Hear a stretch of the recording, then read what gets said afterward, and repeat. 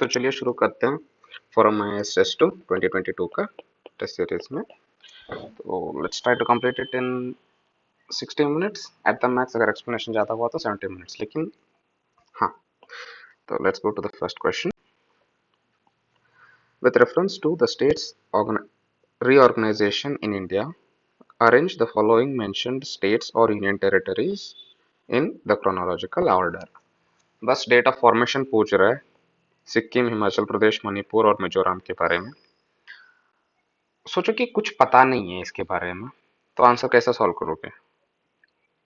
बस इतना समझ लेना कि हिमाचल प्रदेश तो आई मीन बड़ा स्टेट है सबसे इन चारों में। और यूजुअली हिमाचल प्रदेश बना भी पहले ही है, ये 1956 में बना था हिमाचल प्रदेश।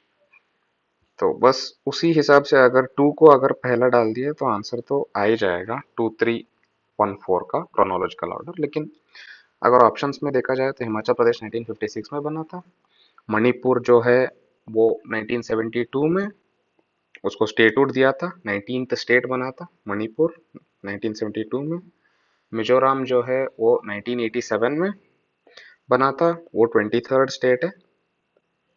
और सिक्किम जो है वो तो दूसरा स्टेट ही था, इंडिया मतलब इंडिया के स्टेट में नहीं था, इंडिया के कंट्री में नहीं था, उसको बाद में इंडिया की कंट्री को हमारे साथ मिलाया गया 35th कॉन्स्टिट्यूशनल अमेंडमेंट करके। कब? 1974। तो तब उसको एसोसिएट स्टेट का दर्जा दिया गया। तो आंसर इसका बी ऑप्शन है। चलो कल चलते हैं सेकंड ऑप्शन, सेकंड क्वेश्चन के लिए। तो with reference to the territorial extent of parliament and state legislatures, तो यहाँ पे बस पार्लियामेंट और स्टेट लेजिस्लेचर के बारे में क्वेश्चन पूछ रहा है, किसके पास किसके इतना पावर होगा बोल के। तो देखते हैं। Parliament of India can make laws for the whole or any part of the territory of India. हाँ भाई, सही है, कोई गलत नहीं है। और दूसरा, the laws made by the state legislature okay are not, negative statement है, the laws made by the state legislature are not applicable to any person residing outside the territorial limit of a state in any case। ये गलत है, any case नहीं डाल सकते यार। एक एक टाइम पे अगर नेक्सस वगैरह होता है, थोड़े केसेस वगैरह से ड्रग का केस है तो, या हो सकता है, तो एनी केस ये गलत है। और अगर हाँ पूछा है हमें इनकरेक्ट, लेकिन तो अगर इनकरेक्ट पूछा है तो दो तो होना ही चाहिए और एक नहीं होना चाहिए। तो एक नहीं होना चाहिए तो आंसर हमारा आ ही गया। वैसे तीसरा भी देख लेते हैं। The laws made by the state legislature can be made applicable to the Indian citizens and their property in any part of the world. जो any part of the world है ना, ये गलत है। Any part of the world में जो law बनते हैं वो भी सिर्फ पार्लियामेंट बना सकता है, स्टेट लेजिस्लेचर नहीं। मतलब अगर आप कंट्री के बाहर हो और आपके ऊपर कोई लॉ है तो पार्लियामेंट ही बना सकता है, स्टेट लेजिस्लेचर यहाँ पे बैठ के बना नहीं सकते कि आप वहाँ पे क्या कर सकते हो क्या नहीं कर सकते हो बोल के। तो चलो थर्ड क्वेश्चन को चलते हैं। इसका ऑप्शन तो आंसर बी है। The Parliament of India acquires the power to legislate on any item in the state list. हाँ, yes, in national interest if a resolution to that effect is passed by। तो वो article 249 to 252 याद रखना चाहिए आप सब लोगों को। तो पहला ऑप्शन है Lok Sabha by a simple majority of its total membership. नहीं, लोकसभा तो आएगा ही नहीं, यहाँ पे स्टेट लेजिस्लेचर का पावर पार्लियामेंट को दे रहा है तो राज्यसभा आएगा। तो दूसरा भी ऑप्शन गलत है। थर्ड का देखते हैं, राज्यसभा बाय सिंपल मेजोरिटी। नहीं यार, पूरा स्टेट का पावर छीन रहा है, पार्लियामेंट को दे रहा है, तो सिंपल मेजोरिटी नहीं होगा, ये स्पेशल मेजोरिटी होगा। और आंसर इसका डी है, Rajya Sabha by a majority of not less than 2/3 of the members present and voting. 2/3 members present and voting के ज्यादा से अगर पास हुआ तो ही पार्लियामेंट को स्टेट सब्जेक्ट के पावर भी मिल जाते हैं नेशनल इंटरेस्ट के टाइम पे। तो चलो let's go to the fourth question. Consider the following statements. The President of India can repeal or amend any act of Parliament in relation to Andaman and Nicobar and Lakshadweep. हाँ, सही है, union territory है. It can do what suits well. तो I mean यहाँ पे कोई union territory में election भी नहीं होता है यहाँ पे अंडमान और निकोबार लक्षद्वीप के टाइम पे, तो ऑब्वियसली पार्लियामेंट के पास ही, मतलब प्रेसिडेंट के हाथ से पूरा हक है. पहला वाला सही है. The governor of a state is empowered to direct that an act of the parliament does not apply to the scheduled area in a state. ये भी सही है.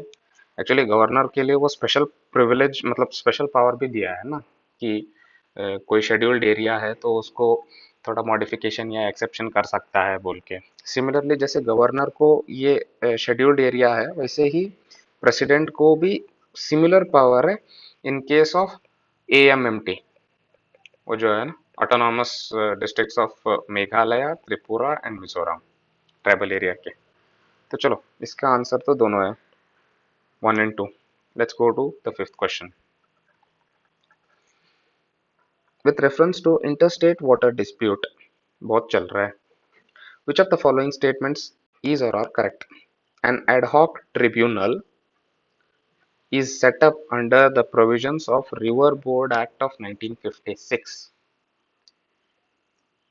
ये रिवर बोर्ड एक्ट ऑफ 1956 में एड हॉक ट्रिब्यूनल सेटअप करने का provision नहीं है. ये इंटरस्टेट वाटर डिस्प्यूट एक्ट 1956 में हमको एड हॉक ट्रिब्यूनल सेटअप करने के प्रोविजंस है, रिवर बोर्ड्स एक्ट पे नहीं. तो पहला वाला गलत है. और दूसरा ऑप्शन देखते हैं. तो the tribunal is only an advisory body for the regulation and development of interstate river valley. पहला तो ओनली है, पता भी नहीं है तो ये कर सकते हैं, लेकिन एक्चुअली जब वैसे दूर से भी देखा जाए तो अगर ट्रिब्यूनल है तो ट्रिब्यूनल मतलब जजमेंट देगा ना. कुछ दो पार्टीज रहेंगे, कुछ मतभेद रहा होगा तो आएंगे तो उसका जजमेंट देगा. वो जजमेंट क्या सिर्फ एडवाइजरी रहेगा क्या? एडवाइजरी था तो ये ट्रिब्यूनल के पास थोड़ी आते थे. नहीं, और ये ओनली है तो ये भी गलत है. ये तो आर्टिकल 262 याद रखना है, उसी से इंटरस्टेट रिवर वाटर डिस्प्यूट का प्रावधान हो सकता है. तो हाँ, चलो ये तो इसका आंसर वैसे दोनों, neither one not two, answer D. Let's go to the sixth question. With reference to the finance commission of India, which of the following statements is correct? अब फाइनेंस कमीशन के बारे में पूछ रहा है. ओके, तो it encourages the flow of foreign capital for infrastructure development. नहीं यार, फॉरेन कैपिटल को एनकरेज करने के लिए थोड़ी फाइनेंस कमीशन है. वो तो सेंटर और स्टेट के बारे में डिस्ट्रीब्यूशन ऑफ रिसोर्सेस, ग्रांट्स वगैरह सब आता है ना आर्टिकल 280 में. Finance commission is a constitutional body also. तो पहला वाला गलत है. दूसरा देखते हैं. ये facilitates the proper distribution of finances among public sector enterprises. नहीं, पब्लिक सेक्टर एंटरप्राइजेस नहीं. Sharing of taxes between centre and state वगैरह वो टाइप का काम है, पीएसयू उसका नहीं. थर्ड ऑप्शन देखते हैं. It ensures transparency in financial administration. नहीं, ट्रांसपेरेंसी करने के लिए बहुत सारे दूसरे भी है, फाइनेंस कमीशन नहीं. इसका answer neither one nor two nor three, answer D है. तो चलो let's go to the next question. Question number 7. Taxes on the sale of petrol, diesel and natural gas are, ये जो नेचुरल गैस, डीजल, पेट्रोल के जो taxes रहते हैं उसका और मोटर स्पिरिट को भी लगा के पूरे के पूरे ना कलेक्टेड भी और रिटेन्ड भी दोनों बाय द स्टेट है. इसका ऑप्शन सरासर दी है. Levied levied and collected and retained by the states. Other taxes जो सिर्फ स्टेट को ही बिलोंग करते हैं वो लैंड के रेवेन्यू के टैक्सेस, एग्रीकल्चर इनकम के टैक्सेस, या उस बिल्डिंग आई मीन उस स्टेट के बिल्डिंग के टैक्सेस वगैरह, मिनरल राइट्स वगैरह, वो सब स्टेट को ही एक्सक्लूसिवली बिलोंग करते हैं। लेकिन यहाँ पे डिवाइड होता है, लेकिन यहाँ पे कलेक्टेड और retained on the retained by the state है। तो चलो let's go to the 8th question with reference to the GST Council. Union Finance Minister and Chief Minister of all states are members of the Council. Union Finance Minister and Chief Minister of all states? नहीं, union finance minister सही है, chief minister नहीं। मतलब कोई minister CM जो appoint करता है वो, ना कि सारे के सारे सीएम आके जीएसटी काउंसिल के मेंबर बन जाएंगे। ये जीएसटी काउंसिल जब रहता है तो 279A के बारे में याद रखना। 279A it talks about 101st constitutional amendment act 2016। Okay, तो ये तो फर्स्ट वाला तो गलत हो गया, ये नहीं है। और सेकंड ऑप्शन देखते हैं तो the council can recommend the goods and services that may be exempted from GST. हाँ, काउंसिल का काम ही तो वही है, रिकमेंडेशन वगैरह करना। तो दूसरा वाला गलत सही है। और third option, the vote of the central government has 50% weightage. नहीं, 50% नहीं है। सेंट्रल गवर्नमेंट का 1/3 है, स्टेट गवर्नमेंट का 2/3 है। तो तीसरा वाला भी गलत है, आंसर इसका सिर्फ बी होगा। तो चलो let's go the 9th question. In India, other than ensuring that public funds are used efficiently and for the intended purposes, what is the importance of office of Comptroller and Auditor General? CAG के बारे में पूछ रहा है। अगर CAG के बारे में पूछा गया तो ये याद रखना, कैग आर्टिकल 148 वो बात करता है एस्टेब्लिशमेंट ऑफ कैग के। तो चलो let's go to statement 1। CAG, CAG exercises exchequer control on behalf of the Parliament when the President of India declares national emergency। नहीं, ये on the behalf of parliament वगैरह नेशनल इमरजेंसी नहीं करता है। उसके पास कोई, कैग के पास कोई जुडिशियल पावर्स नहीं है। तो पहला वाला गलत है। दूसरा वाला देखते हैं, CAG reports on the execution of projects और प्रोग्राम्स बाय द मिनिस्टर्स। हाँ जी, which are discussed by public accounts committee. Public account committee का डिस्कशन और एग्जीक्यूशन कैग के रिपोर्ट में है, तो दूसरा वाला सही है। और तीसरा वाला, information from CAG report can be used by investigating agencies to press charges against those who have violated the law while managing public finance। Main reason of CAG ही यही है, क्यों करते हैं कैग के, मतलब कैग का फंक्शन करता ही क्यों है, अगर कोई पूछे तो this is why it does. तो तीसरा वाला भी सही है, दूसरा वाला भी सही है, पहला वाला गलत है। अगर पहला वाला गलत है और तीसरा दूसरा, तो आंसर इसका सी होगा। वैसे फोर्थ ऑप्शन भी देख लेते हैं। While dealing with the audit and accounting of government companies, CAG has certain judicial powers। पहले ऑप्शन में ही देख लेना, CAG के पास कोई जुडिशियल पावर नहीं है। For prosecution of those who violate the law, उसके लिए सेपरेट जुडिशियरी बटा है। तो फोर्थ वाला भी गलत है, आंसर इसका सी। Let's go to the 10th question. When the legislature of two or more states pass a resolution requesting the parliament to enact laws on the matter of a state list। फिर से article 249 आ गया, पीछे देखे थे ना, पीछे थोड़े 2-3 question पीछे। तो हाँ, with reference to such laws made, consider the following statements। A law passed by the parliament is applicable only to those states who have passed a resolution, of course। हाँ, क्योंकि हमारे स्टेट में problem है तो हम parliament के पास जाएंगे, तो ऑफ कोर्स हमारे लिए पार्लियामेंट लॉ बनाएगा। अब कोई दूसरा, उसके पास दूसरा स्टेट को कोई प्रॉब्लम नहीं है, वो अपना खुद का लॉ बना सकता है, उसको पार्लियामेंट की जरूरत नहीं है, तो वो पार्लियामेंट क्यों खामोखा फेडरलिज्म के ऊपर मतलब धक्का करे। ये तो सही है। दूसरा, Option: a law made by the parliament can be repealed. Of course, it can be repealed or amended by the parliament as well as the states. ये स्टेट्स जो है जब एक बार पावर पार्लियामेंट को दे देते हैं तो फिर से बाद में ये जो एक्ट बनाता है उसको इट कैन नॉट अमेंड और रिपील दैट। तो दूसरा वाला गलत है। तो अगर दूसरा वाला गलत है पहला वाला सही है तो आंसर इसका सिर्फ ए होगा।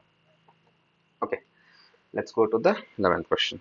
Consider the following statements. A state, while exercising its executive power, must ensure compliance with the laws made by the parliament. Of course, simple statement है, generic statement है। Second option, only the central government, only आ गया यार। जब only आता है तो okay, पहले पूरा पूरा क्वेश्चन पढ़ते हैं। Only the central government has the executive power of implementing a law made by the parliament on any matter, फिर से enumerated in the concurrent list। concurrent list बोल के लिखा है। concurrent list मतलब उसमें नेशनल स्टेट मतलब यूनियन गवर्नमेंट और स्टेट दोनों बना सकते हैं ना। तो ऐसे कैसे इसी इसी के पास यूनियन के पास पूरा का पूरा ये आ जाएगा मोनोपोली। तो गलत है दूसरा वाला। तो इसका ऑप्शन मतलब इसका आंसर है ए। Let's go to the 12th question. Quality Council of India के बारे में पूछ रहा है। With reference to the Quality Council of India consider the following statements. Quality Council of India was jointly set up by government of India and the Indian industry. हाँ सही है, Indian industry के साथ और government of India Indian industry वो ASSOCHAM मतलब associated chamber of commerce and industry of India, confederation of CII, confederation of Indian industry और फिकी FICCI, federation of Indian chambers of commerce मिलके बनाया था क्वालिटी काउंसिल ऑफ इंडिया। तो ये तो सही है। और दूसरा, Chairman of Quality Council of India is appointed by the Prime Minister on the recommendations of the industry। ये भी सही है। This is correct. Though this chairman, this is a non-executive post, क्योंकि सरासर सिर्फ गवर्नमेंट ही नहीं है, इसके पास यहाँ पे इंडस्ट्रीज भी रिलेटेड है। तो हाँ, ये नॉमिनेशन प्राइम मिनिस्टर करते हैं, प्रेसिडेंट नहीं, कंफ्यूज नहीं होना है। ओके, तो इसका आंसर तो सी है। वैसे और एक बार अगर बताया दिया जाए तो Quality Council of India, FICCI, ASSOCHAM, Confederation of CII और इंडियन इंडस्ट्री, ये सारा मिलके QCI बनाता है Quality Council of India. Let's go to the 13th question. Okay, तो which of the following is the correct meaning of integrated single judicial system of India. हमारे judicial system के बारे में पूछ रहे हैं। तो a single system of courts that enforce both central laws as well as the state laws। सही है, सिंगल सिस्टम ऑफ, हाँ सही है। One can appeal to a higher court when not satisfied with the judgment passed by the lower court। Generic statement है, सही भी है। Decision of a higher court is binding on the lower courts in India। Of course, इसीलिए तो ऐसे triangle बना के यहाँ पे supreme court, high court, lower court, तो ऑब्वियसली इंटीग्रेटेड है और डिसीजन तो बाइंडिंग होगा। ये तीनों की तीनों जेनरिक स्टेटमेंट है। आंसर इसका 1 2 3 है, ज़्यादा डिस्कशन करने की जरूरत नहीं है। Let's go to the 14th question.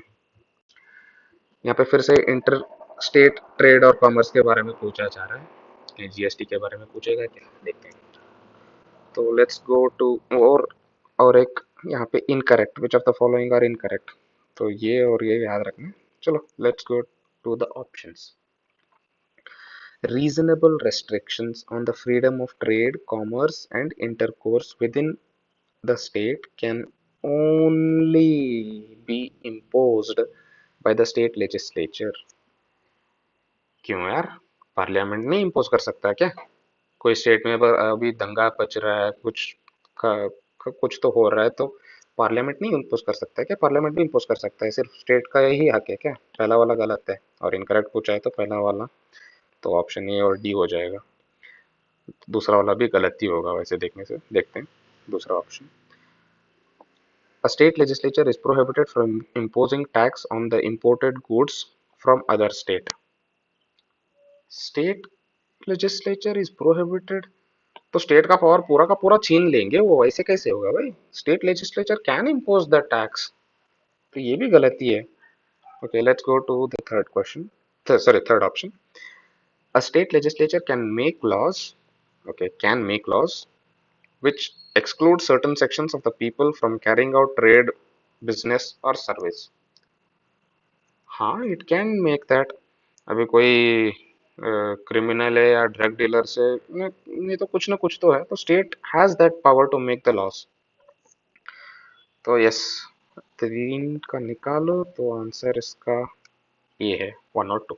Let's go to the 15th question. यहाँ पे फिर से फेडरलिज्म के बारे में पूछ रहा है।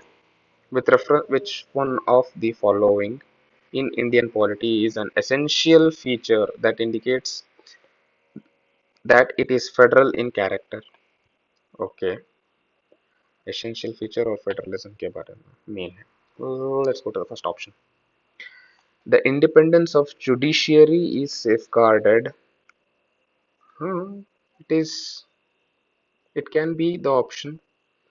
साइड में रखते हैं, दूसरे ऑप्शन को देखते हैं। The union legislature has elected representatives from constituent units. ये एसेंशियल फीचर नहीं हो सकता है यार, एसेंशियल फीचर नहीं हो सकता, क्योंकि स्टेट के भी उनका सेपरेट इलेक्शन होता ही रहता है, और ये एसेंशियल फीचर नहीं कॉन्स्टिट्यूएंट यूनिट्स का। Let's go to the third option. The union cabinet can have elected representatives from regional parties. ये फिर से regional parties, union cabinet, can, ये कैन वगैरह एसेंशियल फीचर में नहीं आएगा यहाँ पे, तो ये भी गलत है। Let's go to the fourth option. The fundamental rights are enforceable by court of law. अरे यार, फेडरलिज्म के बारे में पूछ रहा है और फंडामेंटल राइट्स के बारे में ऑप्शन पूछ रहे हैं, कहाँ पे लिंक होता है? तो फिलहाल ऑप्शन हमको यही दिखेगा, ये is more suited for the question number 15th. Let's go to question number 16th. वैसे यहाँ पे जो एसेंशियल फीचर ऑफ फेडरलिज्म का जो रहता है ना, अगर फेडरलिज्म के बारे में एसेंशियल फीचर मतलब फेडरलिज्म के बारे में पूछा जाए तो थोड़ा याद रखना चाहिए। यहाँ पे dual polity of union, union को सेंटर में, स्टेट को पेरिफेरी में, और रिटन कॉन्स्टिट्यूशन होना चाहिए, डिवीजन ऑफ पावर और सेपरेशन ऑफ पावर के बारे में आ गया, तो या सुप्रीमेसी ऑफ कॉन्स्टिट्यूशन के बारे में, नहीं तो रिजिडिटी ऑफ कॉन्स्टिट्यूशन, बाइकैमरलिज्म, नहीं तो इंडिपेंडेंस ऑफ जुडिशियरी, वो सब पूछना चाहिए। अगर वो सब होते तो वो ऑप्शन सही होता। अभी फिलहाल judiciary, independence of judiciary final जो है वो ऑप्शन हमने टिक किया है 15। कॉल चलो, let's go to the 16th question, फटाफट कंप्लीट करने। वैसे अगर बहुत स्लो चल रहा है तो आप 2x स्पीड में भी देख सकते हो। Okay, 16th election commission of India के बारे में पूछ रहा है। तो the Constitution of India provides that Election Commission of India must comprise of a Chief Election Commissioner and 2 other election commissioner.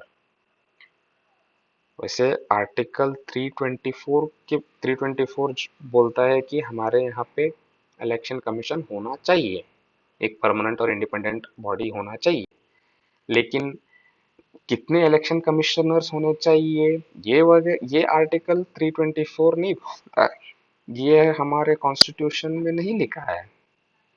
वो बस मतलब 1993 के बाद में से सिर्फ 3 मेंबर का है बोल के लग गया है, उसके पहले थोड़ा ज्यादा था, तो पहला वाला गलत है, कॉन्स्टिट्यूशन में लिखा नहीं है। Let's go to the second question. The chief election commissioner has special veto in case of difference of opinion among the commissioners. ये भी गलत है।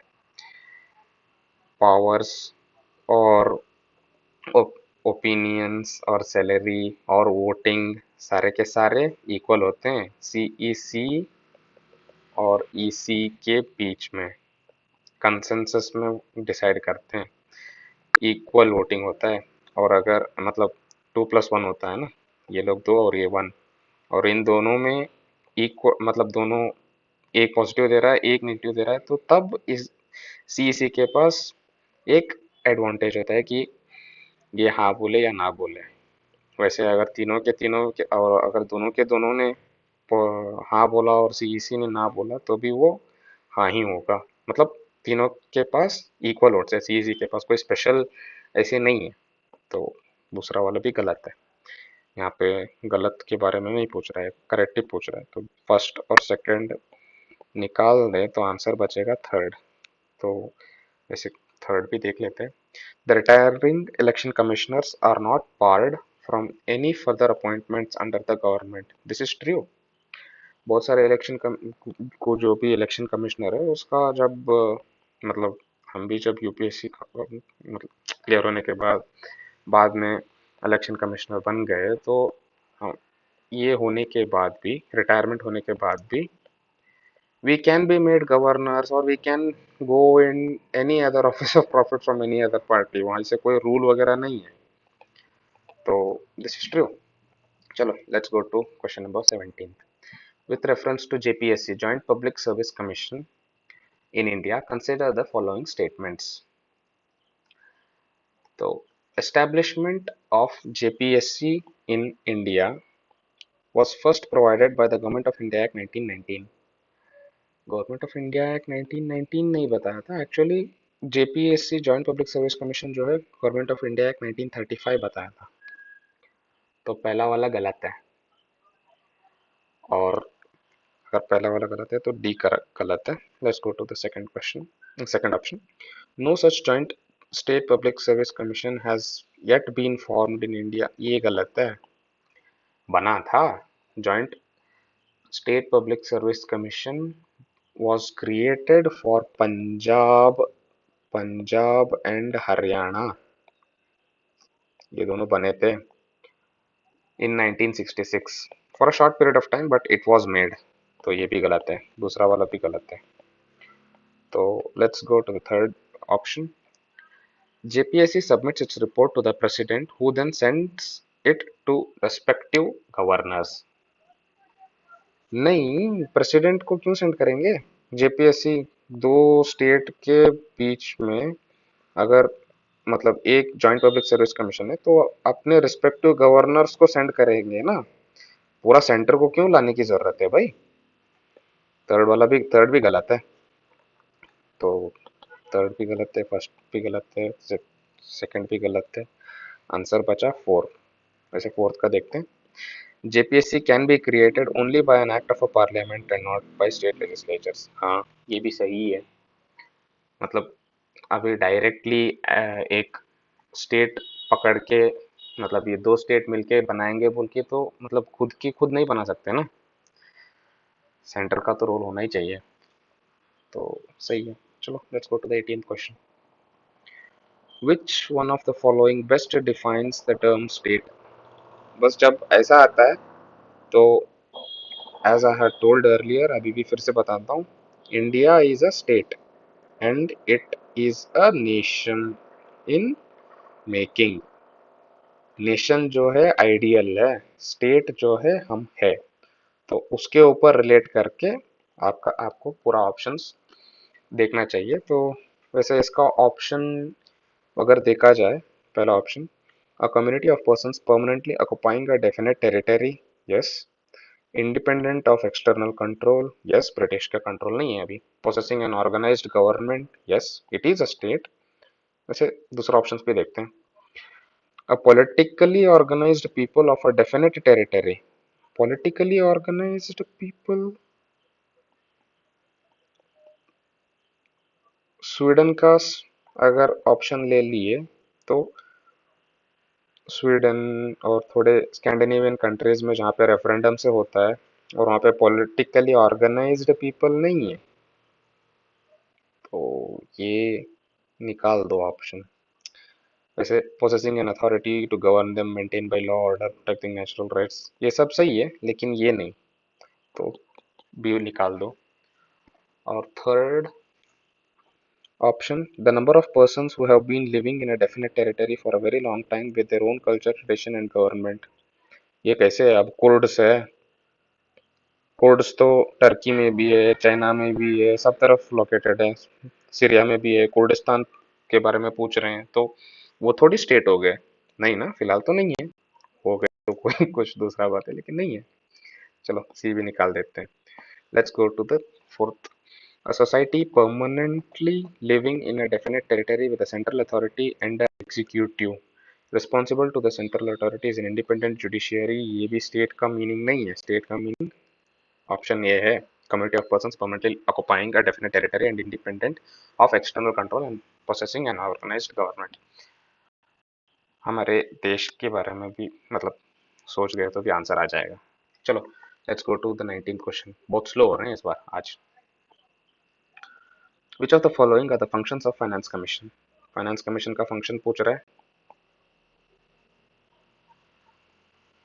First option, it ascertains and certifies the net proceeds of any tax of the union government। क्यों बीच में any बोल के आता है यार?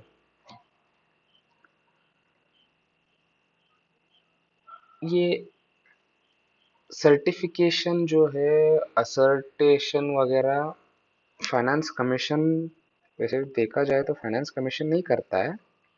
एक्चुअली ये सर्टिफाई वगैरह सब करना रहता है, ये इसका काम क्या क्या करता है, फाइनेंस कमीशन नहीं। और अगर इतने में ही आंसर ना हमें पता भी चल जाता है कि एक निकाल दे तो बच गया 2 और 4। तो अगर सेकंड ऑप्शन को देखते हैं तो it provides for horizontal and vertical distribution of net proceeds of taxes between centre and states. इसीलिए तो फाइनेंस कमीशन है यार। तो हाँ। और 4, it plays a role in augmentation of the resources to Panchayati Raj institutions. हाँ, डेवोल्यूशन ऑफ फंड्स सेंटर से state को और स्टेट से बाद में पंचायत को भी ट्राई करेगा। तो of course supplement resources to the panchayat is a function of finance commission. तो 2 और 4 सही है। वैसे 3 गलत क्यों है? It not only gives the recommendations but also executes them. नहीं, फाइनेंस कमीशन का तो रिकमेंडेशन करना है, एग्जीक्यूशन का तो गवर्नमेंट करेगा, पार्लियामेंट करेगा। तो ये गलत है। चलो let's go to the question number 20। With reference to National Commission for Backward Classes, consider the following statements. The 103rd Constitutional Amendment Act of 2008 conferred a constitutional status to the Commission। 103rd नहीं, number दिया है। 102nd Constitutional Amendment Act of 2018 conferred a constitutional status to National Commission for Backward Class। तो पहला वाला गलत है। Okay, तो let's go to the second state option. The central government is required to consult the Commission on major policy matters affecting the socially and educationally backward classes। Generic statement है and it is true। चलो let's go to the third। States cannot prepare their own list of socially and educationally backward classes without the permission of the Commission। States can, ये national commission है। States का खुद का educationally और backward classes का ये हो सकता है, नाम में ही लिखा है नेशन और स्टेट, तो फिर से गलत है। इस पेपर में फेडरलिज्म के बारे में बहुत पूछा है, क्वेश्चंस भी वैसे ही आते होते हैं। चलो 20th क्वेश्चन का ऑप्शन सिर्फ मतलब ऑप्शन 2 सिर्फ है, तो आंसर ऑप्शन यहाँ पे सिर्फ ए है। Let's go to the 21st question. Which of the following factors constitute the best, फिर से अप्रोप्रिएट बेस्ट उस टाइप का क्वेश्चन आ गया है, तो देखते हैं। Best safeguards of liberty in a liberal democracy। Liberal democracy और लिबर्टी, कमिटेड जुडिशियरी, हाँ हो सकता है। सेंट्रलाइजेशन ऑफ पावर्स नहीं, लिबर्टी और सेंट्रलाइजेशन ऑफ पावर्स हाथ में हाथ में, they won't go hand in hand. Elected government, if committed judiciary और इलेक्टेड गवर्नमेंट में कमिटेड जुडिशियरी आगे आता है इलेक्टेड गवर्नमेंट से, तो ये भी गलत है। separation of powers, liberal democracy. Actually separation of powers तो कमिटेड जुडिशियरी के ऊपर आ जाएगा, क्योंकि एग्जीक्यूटिव, लेजिस्लेचर, जुडिशियरी, उन सब का दायरा अलग अलग है ना। तो ऑफ कोर्स कमिटेड जुडिशियरी एक बात है, लेकिन जुडिशियरी इंडिपेंडेंट है और वो खुद कर सकता है, वो दूसरा ही अलग ही बात है। चाइना में जुडिशियरी थोड़ी बड़ा है, नहीं ना, वहाँ पे लिबर्टी वैसा देख लो। तो ऑप्शन इसका ही है। Let's go to the 22nd question. The controller general of accounts and the Controller and Auditor General of India are the bodies dealing with financial accounts in India. यहाँ पे CGA और CAG के बारे में पूछा है। तो how are the two bodies different from each other?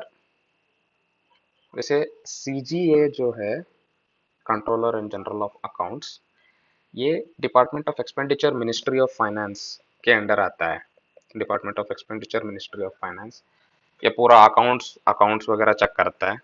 और controller and auditor general of India जो है, वो गवर्नमेंट के फाइनेंस को चेक करता है और ये एडवाइज भी करता है, और पब्लिक अकाउंट कमेटी का भी सब देखभाल CAG ही करता है। तो चलो ऑप्शंस देखते हैं। The accounting functions of the state government are performed by CGA, whereas the accounts of union government are compiled by CAG. ये गलत है। Accounting functions of the state governments are compiled or performed by CAG itself. अभी अभी तो बोला। CGA जो है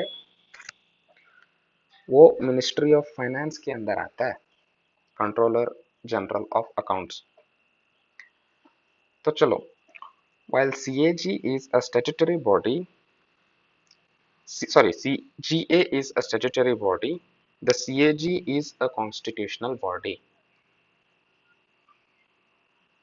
CGA is not a statutory body, उसके लिए कोई एक्ट वगैरह नहीं बनाया था।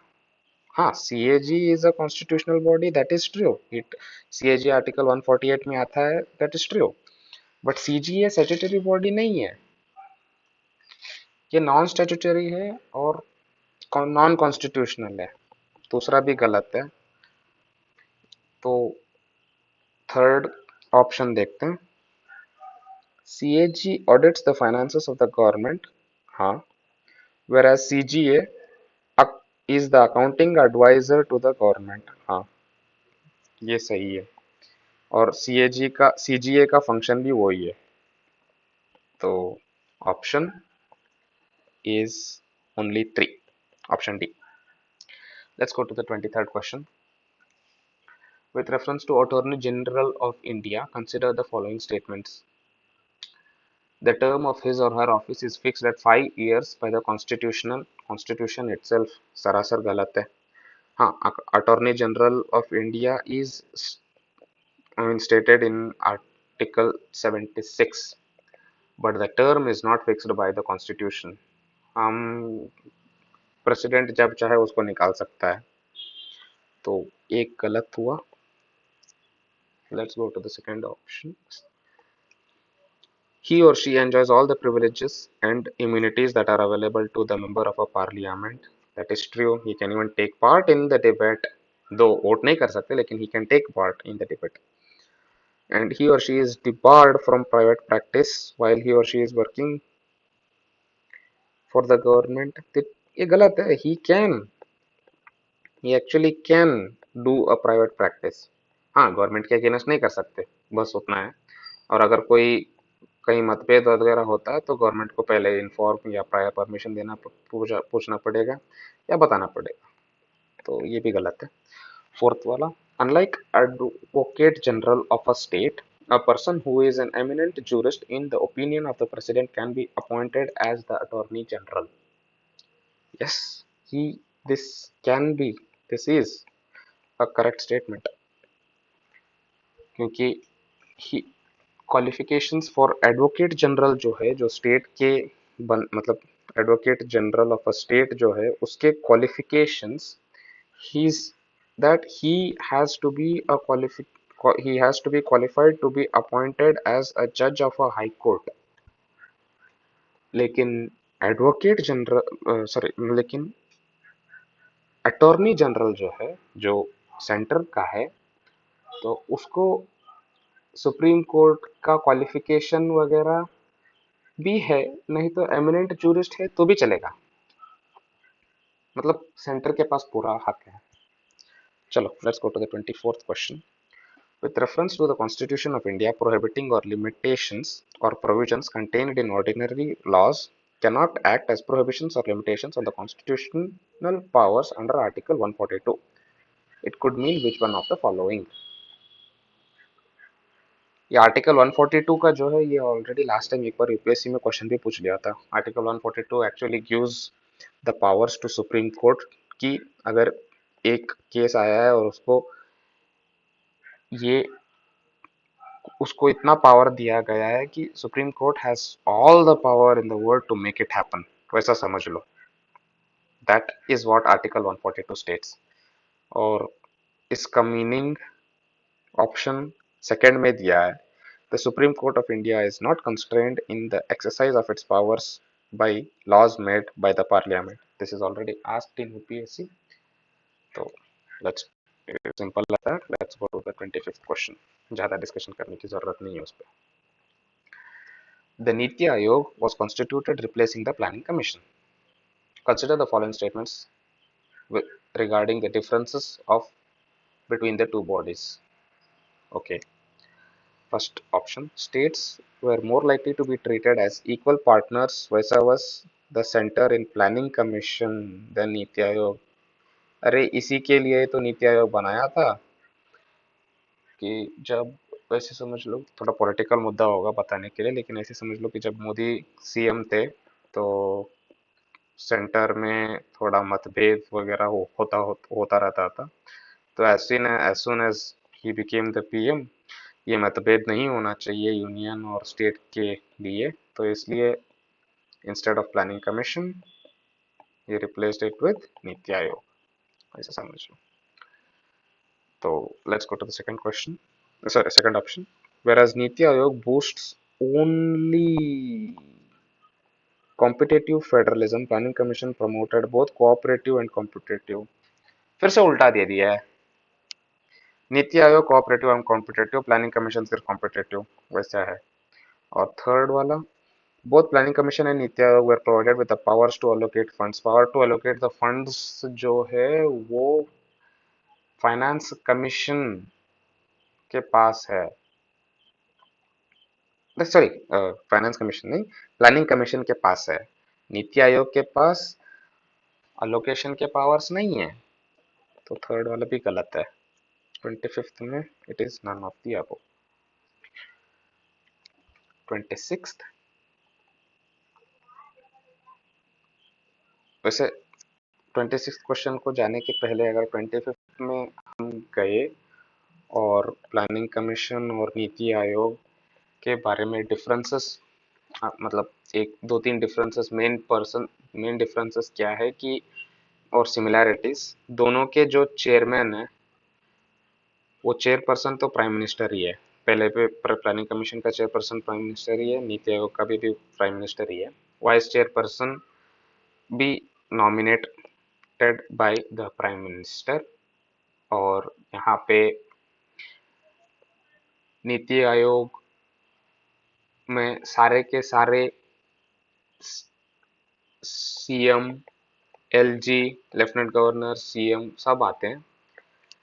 यहाँ पे सारे के सारे CM, LG 5 year plans responsible करने के लिए आते हैं। यहाँ पे 5 ईयर प्लान्स का तो कॉन्सेप्ट ही खत्म हो गया, ज़्यादा कुछ डिटेल नहीं, मतलब डिटेल ऐसे डिस्कशन नहीं कर सकते, 5 साल पुराना है। चलो, let's go to 26 question. Which of the following statements is or are correct regarding the National Investigation Agency? NIA के बारे में पूछ रहा है। तो NIA can investigate a terror case in a state only after getting permission from the concerned state government. नहीं, CBI समझ के बैठा है क्या एनआईए को? नहीं, NIA terrorist national investigation authority के पास it has all the powers. 2008 का Mumbai attack case, Mumbai attack होने के बाद से एनआईए बन गया था and it has humongous amount of powers. तो परमिशन ऑफ स्टेट्स की जरूरत नहीं है। तो अगर एक निकाल दिए तो बचा ए और B. Okay, let's go to the second option. It has the authority to investigate offences that are committed outside the Indian territory. Of course, it has the power.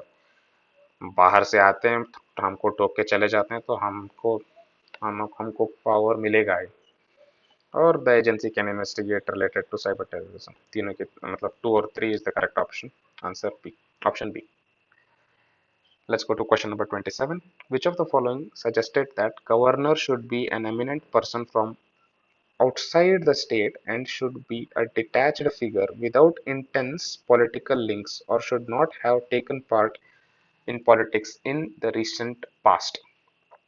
ये एक्चुअली सरकारिया कमीशन बताता है, 1983 Sarkaria commission for centre state relations. तो 27 में वो Sarkaria commission के अगर थोड़े और मतलब और क्या क्या रिकमेंडेशंस देखना है, मतलब अगर जानना है, तो वो एक परमानेंट इंटरस्टेट काउंसिल एस्टेब्लिश करने को बोलता है। और आर्टिकल 356 जो है उसको बहुत स्पेयरिंगली, बहुत कम यूज करने को बोलता है। बहुत बार यूज करते थे, मतलब यूनियन गवर्नमेंट स्टेट गवर्नमेंट पे दबाव करने के लिए बहुत करता था, तो ये स्पेयरिंग करना है बोल के बोलता है। और ऑल इंडिया सर्विसेज को स्ट्रेंथन करने का बात बोलता है। अच्छा बोला है हमारे लिए। और फिर रेसिडुअरी पावर्स को पार्लियामेंट के पास रखने को बोलता है, कंकरेंट नहीं, रेसिडुअरी। और अगर कोई स्टेट बिल्स है जो वीटोड बाय द प्रेसिडेंट हुए हैं, जो कि गवर्नर भेजता है, तो उसके रीजंस कम्युनिकेट करने को बोलता है सरकारिया कमीशन। मतलब सरकारिया कमीशन ये भी बोलता है कि गवर्नर्स को 5 साल का जो टर्म है उनको कंप्लीट करने को बोलता है। मतलब जो जो आप आंसर्स में लिख सकते हो ना जीएस पेपर 2 में, almost with respect to centre और स्टेट रिलेशंस का सारा सरकारिया कमीशन बोलता है। बस उतना याद रख ले। और Sarkaria commission is very very very very important for mains. हमको पूरा का पूरा बाय हार्ट होना चाहिए Sarkaria commission to write the answers. Okay, चलो let's go to question number 28। Regarding the CBI consider the following statements. अभी पहले पूछे थे कि यहाँ पे एनआईए के बारे में, हाँ यहाँ पे है एनआईए, ये सीबीआई के लिए लागू है, एनआईए के लिए नहीं। तो चलो let's. It is a statutory organization set up under Delhi Special Police Establishment Act. Actually ये गलत है, क्योंकि CBI is not a statutory body. CBI is not a statutory body. हाँ, it does get its powers from Delhi Special Police Establishment Act 1946. That is true, but statutory नहीं है। CBI statutory नहीं है। It was recommended by the Santhanam Committee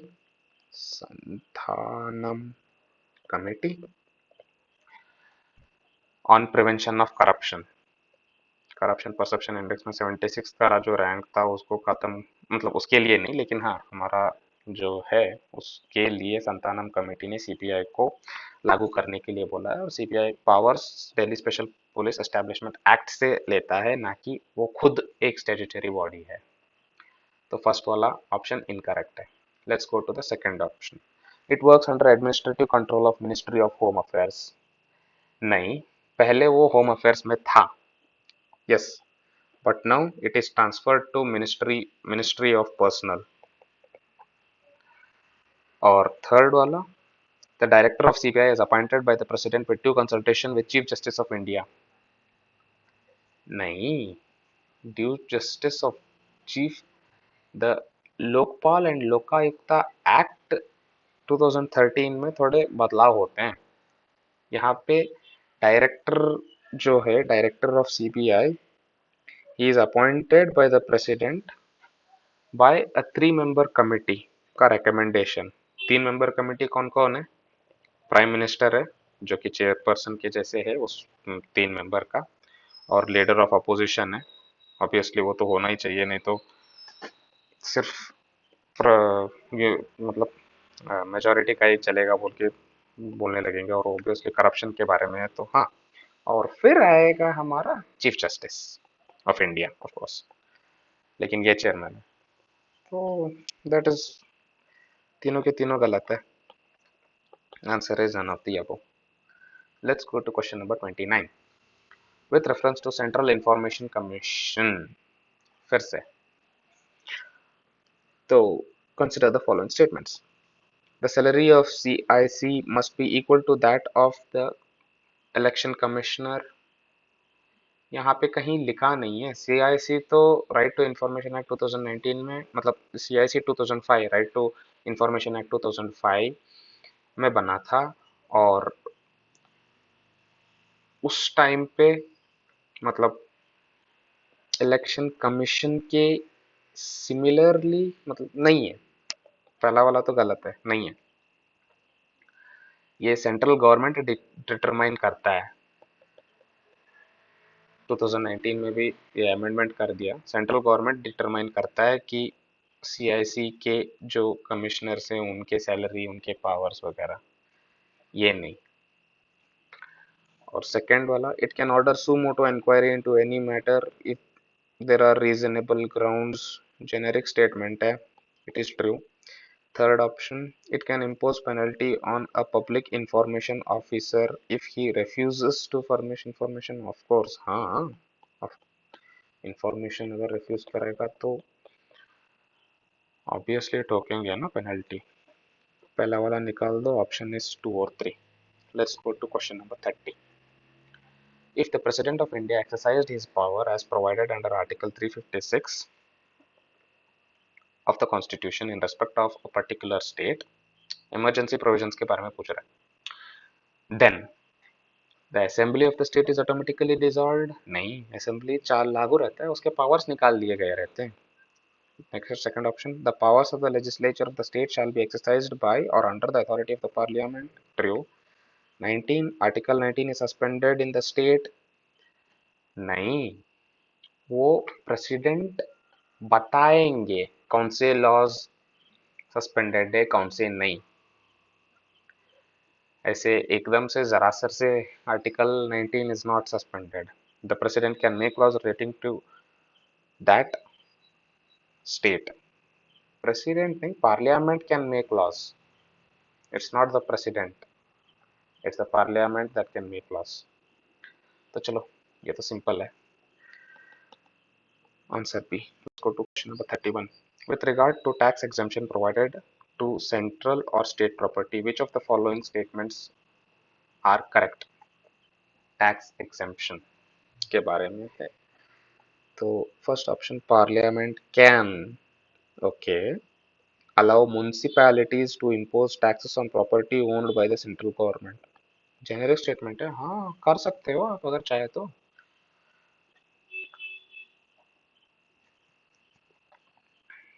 लेकिन parliament can also remove that ban.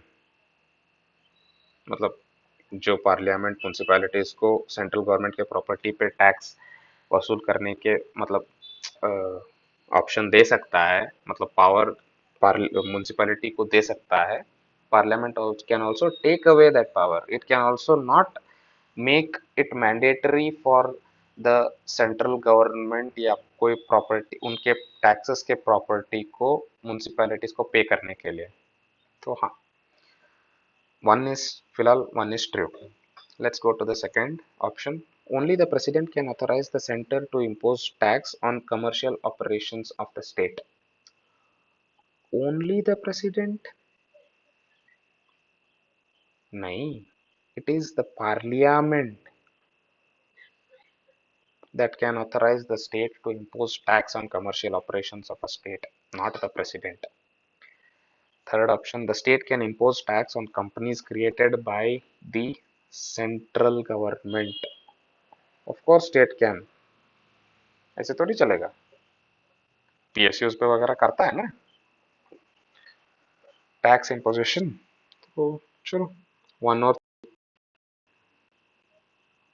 Option D 31 क्वेश्चन। Let's go to question number 32।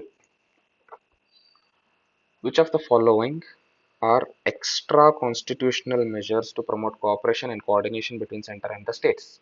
Federalism के बारे में पूछा है फिर से, और एक्स्ट्रा कॉन्स्टिट्यूशनल मेजर्स है। फेडरलिज्म मतलब अभी सॉरी कॉन्स्टिट्यूशन मतलब अभी कोई आर्टिकल बीच में नहीं आना चाहिए, किसी का आर्टिकल कोई रिलेटेड है तो आंसर गलत हो जाएगा। चलो, NITI Aayog, it is extra constitutional, हाँ। For the promotion of cooperation, federalism के लिए, हाँ। कोऑपरेटिव फेडरलिज्म और कॉम्पिटिटिव फेडरलिज्म दोनों के लिए, तो yes NITI Aayog is correct. Interstate council, interstate council अभी अभी पढ़े हैं, article 263 interstate river water dispute, थोड़ा आर्टिकल 262, उसके बाद आर्टिकल 263 इंटरस्टेट काउंसिल वगैरह सब पढ़े थे ना। और ऑल इंडिया सर्विसेज का भी देख के तो ये भी आर्टिकल 312 आ जाता है। तो दिस बोथ आर कॉन्स्टिट्यूशनल, ये दोनों तो कॉन्स्टिट्यूशनल हो गए। 4 और 2 को अगर निकाल दिए, 2 को निकाल दिए, बस 2 को निकाल दो, ऑप्शन बच जाएगा 1356। Zonal council is not a constitutional measure, it is an extra constitutional measure. और central council for health and family welfare and UGC सब फेडरलिज्म को प्रमोट करते हैं और कॉन्स्टिट्यूशन में नहीं लिखा है इनके बारे में। तो चलो go to question number 33। The parliament can make any law for whole or any part of India for implementing international treaties, yes, with the consent of all the states, galat, with the consent of the majority of the states। अरे यार, जब मतलब सिर्फ parliament को बस कोई state का power use करना है उसके बस नेशन के लिए, तो at that time you can take that half majority. लेकिन जब इंटरनेशनल ट्रीटी का बात आता है तो स्टेट का ज़्यादा ओपिनियन मैटर नहीं करता। इसका ऑप्शन होगा without the consent of any state. चलो let's go to 34th question. Which of the following are the key concepts associated with federalism? Okay. Dual citizenship. Yes. Written constitution. Yes. Division of powers. Yes. Integrated judiciary. Federalism कैसे हो जाएगा? US में ना centre का separate judiciary है, state union का separate judiciary है, state का सेपरेट जुडिशियरी है, हमारा एक ही जुडिशियरी है। और जो एक ही जुडिशियरी है फेडरलिज्म को के साथ नहीं जाएगा। Independent judiciary is might could have been a correct option. यहाँ पे इंटीग्रेटेड पूछा है, इंडिपेंडेंट नहीं। अगर इंडिपेंडेंट रहा होता तो हम टिक करते। अभी 4 को निकाल दो, आंसर सिर्फ 1 2 3 है। चलो let's go to the 35th question. With reference to federalism in India and USA, which of the following are correct? India follows a single citizenship, yes, while USA has dual citizenship। हाँ, वहाँ पे state के भी separate separate citizens होना रहता है। तो of course this is true. Let's go to the second option. Both in India and USA, हमारा सिमिलैरिटीज ज़्यादा कम है यार। Okay, both in India and USA residuary powers make laws lies with the union legislature. नहीं, residuary powers in USA lies with the state. State ज़्यादा powerful है वहाँ पे, यहाँ पे पार्लियामेंट। तो second is wrong, option is सिर्फ A 34। Let's go to 36th question.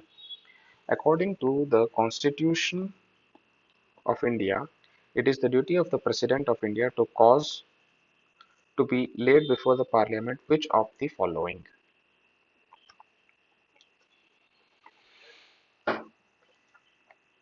The recommendations of Union Finance Commission, yes, he has to table it in front of the parliament. The report of the public accounts committee. Report of the public account committee is examined by comptroller and auditor general. Next option is yeah, the report of comptroller and auditor general. Yes, report of comptroller and auditor general is laid down before the parliament, not public account committee. Public account committee CAG को भेजता है, CAG parliament को भेजता है president के हाथ से. तो 3 is correct, 1 is correct, 1 3 2 is wrong, 1 3 4 is the correct option. Fourth option, the report of National Commission for Scheduled Caste. हाँ, National Commission of Scheduled Caste, women, backward class, सारे के सारे पार्लियामेंट में प्रेसिडेंट ले डाउन करता है. UPSC का भी करता है. चलो let's go to 37th question. Which of the following options are all subjects listed in the concurrent list of the Constitution of India? बस concurrent list के बारे में पूछ रहा है और कुछ नहीं. डिफेंस सेंटर में आ जाएगा, निकाल दो पहला option.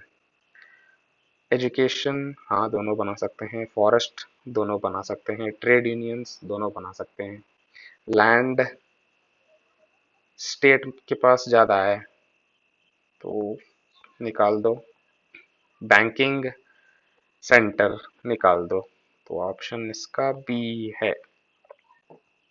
Let's go to the 38th question.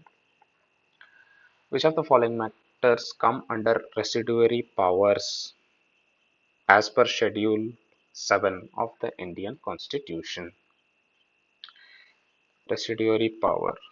तो foreign affairs is not a residuary power and it comes under union government, तो उतना तो पता होना चाहिए. सिंपल स्टेटमेंट है तो 4 निकाल दो.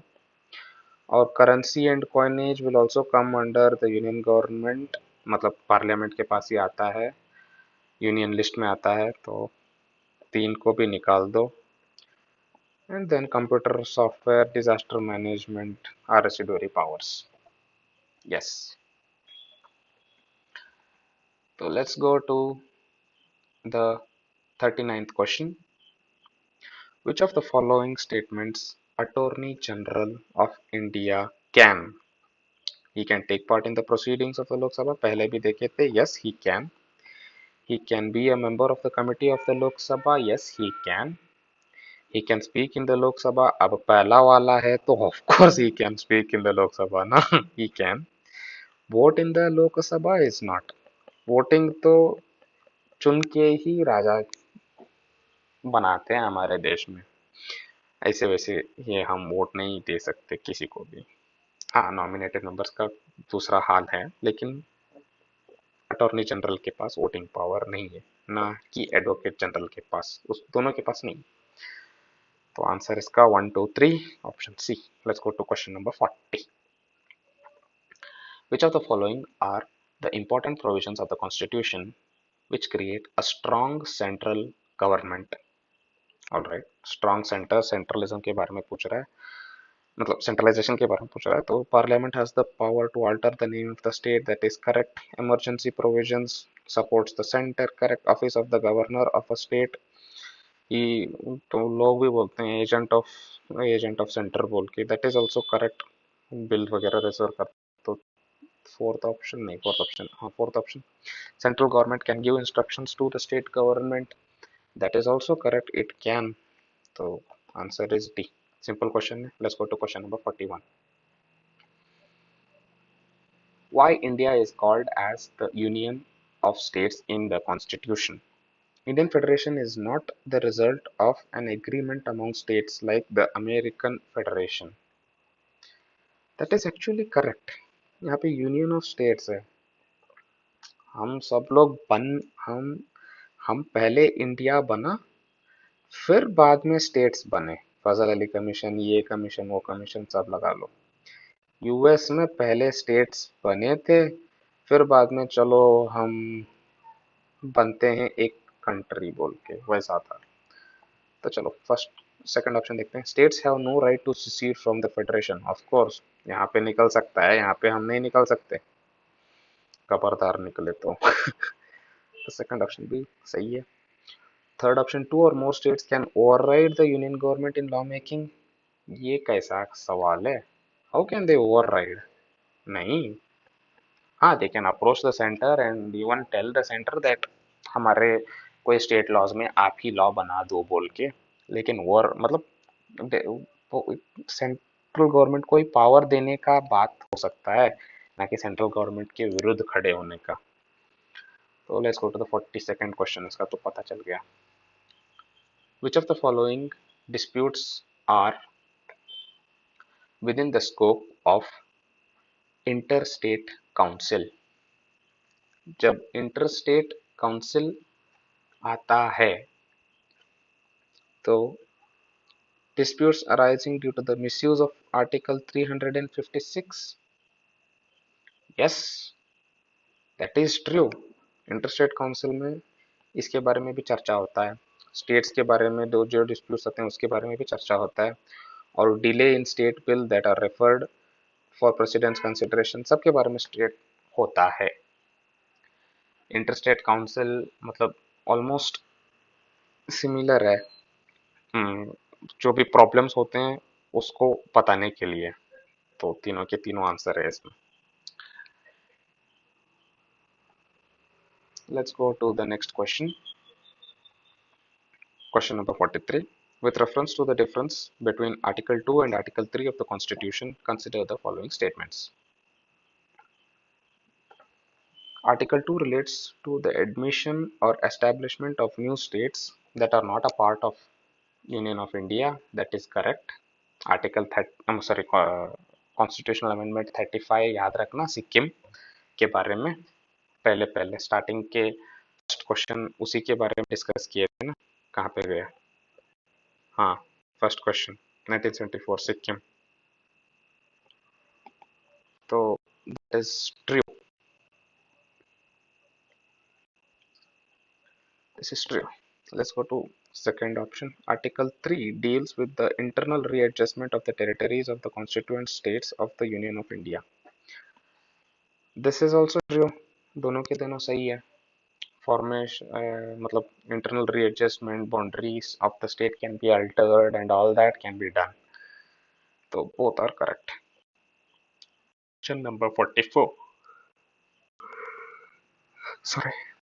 Question number 44. With reference to the power of the parliament to recognize the states, consider the following statements. Parliament का पावर पूछ रहा है इनडायरेक्टली, तो it includes the power to form a new state, yes, or a union territory by uniting a part of a state or any other union territory, yes. Parliament has that power, state का consultation भी ज़्यादा ज़रूरत नहीं है, बस बताना है उतना ही। तो मतलब कंसल्टेशन है लेकिन वो कंसल्टेशन बाइंडिंग वगैरह नहीं, तो चलो इसको निकाल सकते हो। Let's go to the second option. A bill for such a purpose can be introduced in the parliament only with the prior recommendation of the president. That is correct. Recommendation of the president, prior recommendation of the president is a must जब भी ऐसे reorganization of the state, या सोचो कि कल waste Bengal के नाम को चेंज करके सिर्फ बंगाल करेंगे या कुछ कुछ दूसरा नाम देंगे तो ऑफ कोर्स कर सकते हैं, मतलब लेकिन प्रेसिडेंट का prior permission is a must. Let's go to the third option. The president has to refer such a bill to the state legislature concerned for expressing its views mandatorily within 6 months. Time frame दिया है, मैं तो याद नहीं कर सकता कहीं पे भी टाइम फ्रेम नहीं दिया है। ये जो 6 मंथ्स का है ये राज्यसभा और लोकसभा के बारे में हो सकता है कोई बिल का जॉइंट, लेकिन with respect to this, no, time frame is not given here. तो अगर ऑप्शन 3 निकाल दो तो आंसर फटाफट आ जाएगा 1 2 4। The president of parliament is not bound by the views of the state legislature and may either accept or reject them. Right, it is true. चलो let's go to 45th question. बड़े अक्षरों में incorrect statement with reference to zonal council पूछ रहा है। तो क्या है इसमें incorrect? These are constitutional bodies formed under Article 262 of the Constitution. Zonal councils are not constitutional, rather they are statutory bodies. तो अंडर स्टेट्स रीऑर्गेनाइजेशन एक्ट 1956 तो पहला वाला इनकरेक्ट है। दूसरा वाला, the chief ministers of the respective zones by rotation acts as the chairperson of these councils. Chief minister नहीं, home minister, यहाँ पे अमित शाह जो है, he is the common chairperson of the 5 zonal councils. Chief ministers जो है वो zonal council के vice chairman act कर सकते हैं, ना कि चेयरपर्सन। दूसरा भी गलत है।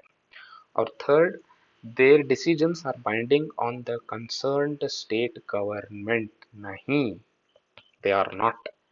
The zonal councils are merely deliberative और एडवाइजरी बॉडीज है, उसके डिसीजंस बाइंडिंग नहीं है।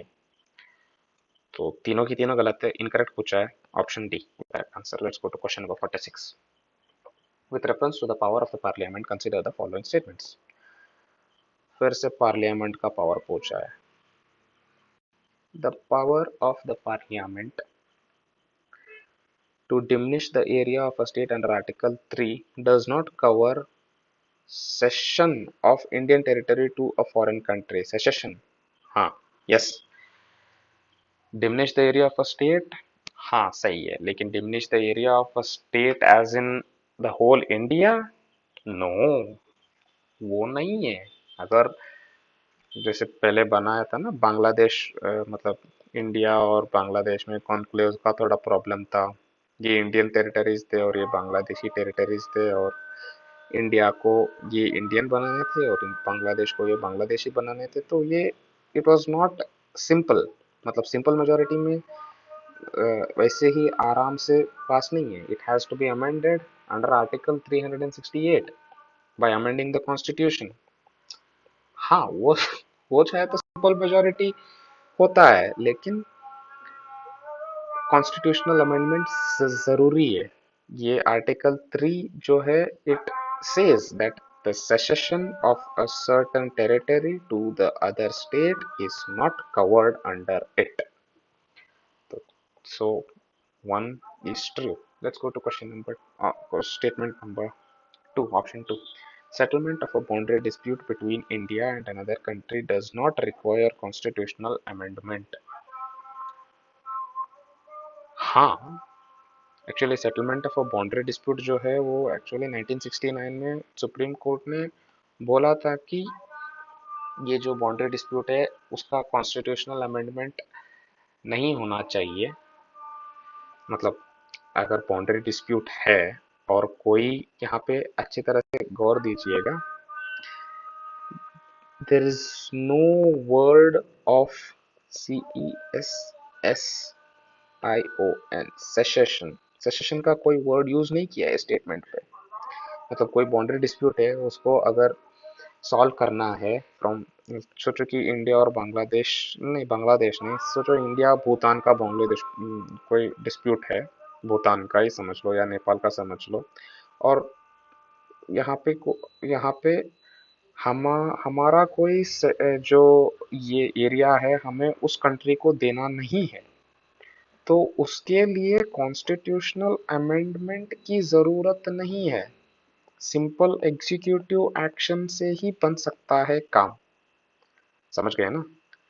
जब इंडिया को अगर कोई सेसेशन करना है अपनी टेरिटरी, तो ही कॉन्स्टिट्यूशनल अमेंडमेंट होगा। अगर नहीं, सिर्फ बाउंड्री डिस्प्यूट सुलझाना है, सोचो कि हम इतना मांगते हैं और उन्होंने बोला कि ये हमारा नहीं, ये आप लो तो मतलब बस मजाक में बोल रहा हूँ, लेकिन समझ गए ना? चलो, let's go to question number option number 3. Altering boundaries of a state can only be done via constitutional amendment under Article 368. अरे altering the boundaries तो simple majority से होता है. It does not require constitutional amendment. Option इसका सिर्फ 1 2 है. Let's go to 47. Which of the following were the criteria recommended by Fazal Ali Commission for states reorganization? Linguistic and cultural homogeneity, yes. Protection of tribal identity, यार सबका identity तो ही problem था. Tribals तो बहुत chunks में थे India में, और अगर उनके लिए सेपरेट सेपरेट स्टेट्स बनाने लगते तो 500 से ज्यादा नहीं, बस 700 से ज्यादा हो जाते थे स्टेट्स तब. तो ये फजल अली कमीशन नहीं बोलता है, वैसे भी देख सकते हो. Financial, economic and administrative considerations, of course ये तो सिंपल है, जेनेरिक है. And welfare of the people in each state and entire nation as the whole, simple generic. तो आंसर इसका 134, simple as that. Fazal Ali commission in September 1955, this actually rejected the theory of one language one state. ये छोड़ के ये चार बताता है: linguistic cultural homogeneity, financial economic administrative considerations, each state entire nation as a whole, और unity and security. वो चार स्टेटमेंट बोलता है, ऑलमोस्ट चारों के चारों जेनेरिक है, तो याद करने की जरूरत भी नहीं है. चलो let's go to question number 48. Receipts from which of the following are the major source of non-tax revenues of the state? बिना टैक्स के. अब अगर वैसा नॉर्मल से देखा जाए तो excise duties on the liquor जो है, दीज आर टैक्स्ड. तो दो का अगर निकाल दिए तो बचे 15 और 1345. और royalties from mines are non tax, receipts from the forest are non-tax, receipts from the state public enterprises are non-tax, fisheries are non-tax. So answer is 1 2 3 4. Other than tax, बाकी के सारे नॉन टैक्स है, तो answer option D है. Let's go to question number 49. Consider the following statements regarding various grants provided by the state. Grants के बारे में पूछ रहा है, तो और आगे थोड़ा संभल के इनकरेक्ट भी पूछ रहा है, which of them is incorrect. तो चलो. Statutory grants are made compulsorily for every state, but discretionary grants are not. Statutory grants compulsory, लेकिन discretionary grants are not. पहला compulsory और not तो extreme statement हो गए.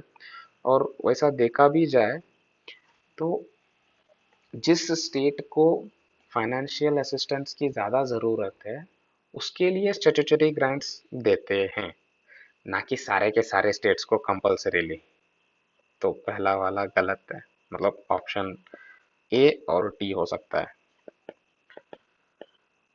Let's go to question option number 2. Statutory grants made by the parliament, whereas discretionary grants are made by the central government. Parliament और central government तो almost same ही हो गया वैसा देखने से. क्या बताने की कोशिश कर रहा है, फिलहाल साइड रखते हैं.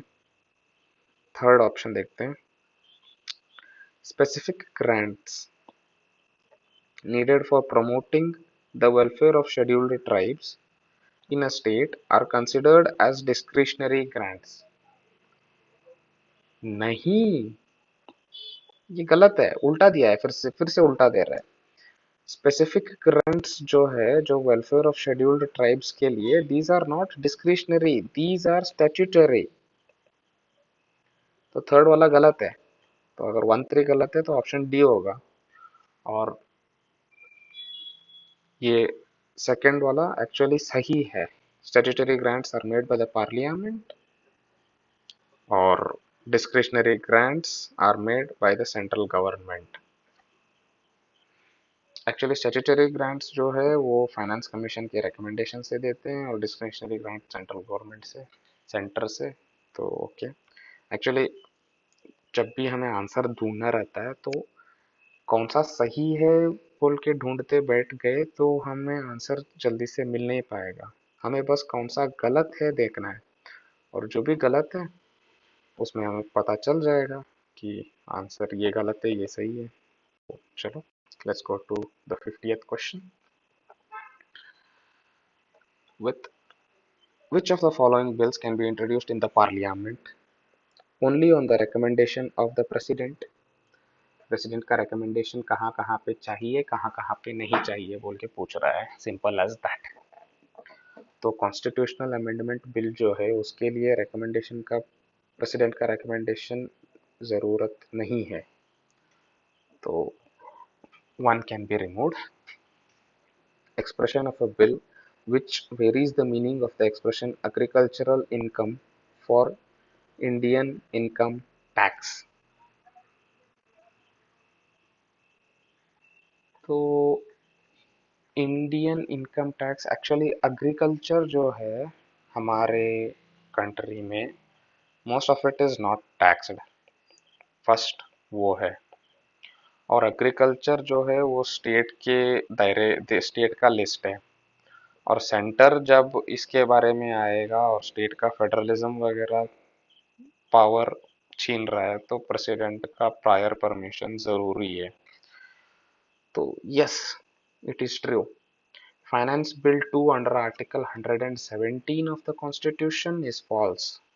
नहीं, finance bill 2 under article 117 clause 3 does not require prior per president का prior permission।